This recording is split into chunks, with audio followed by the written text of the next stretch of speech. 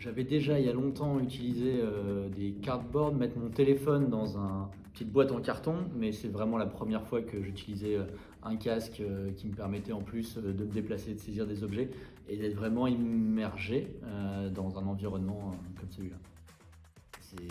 C'est impressionnant parce que assez rapidement, on a vraiment envie de bouger et on a l'impression d'être dans un environnement réel.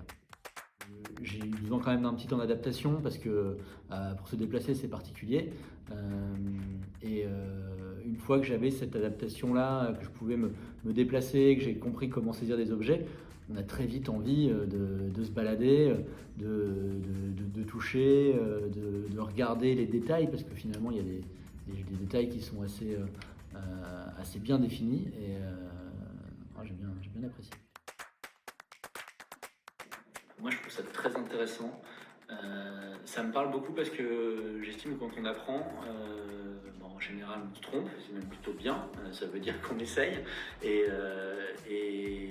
on essaye dans le monde réel, on va peut-être abîmer des choses, on va peut-être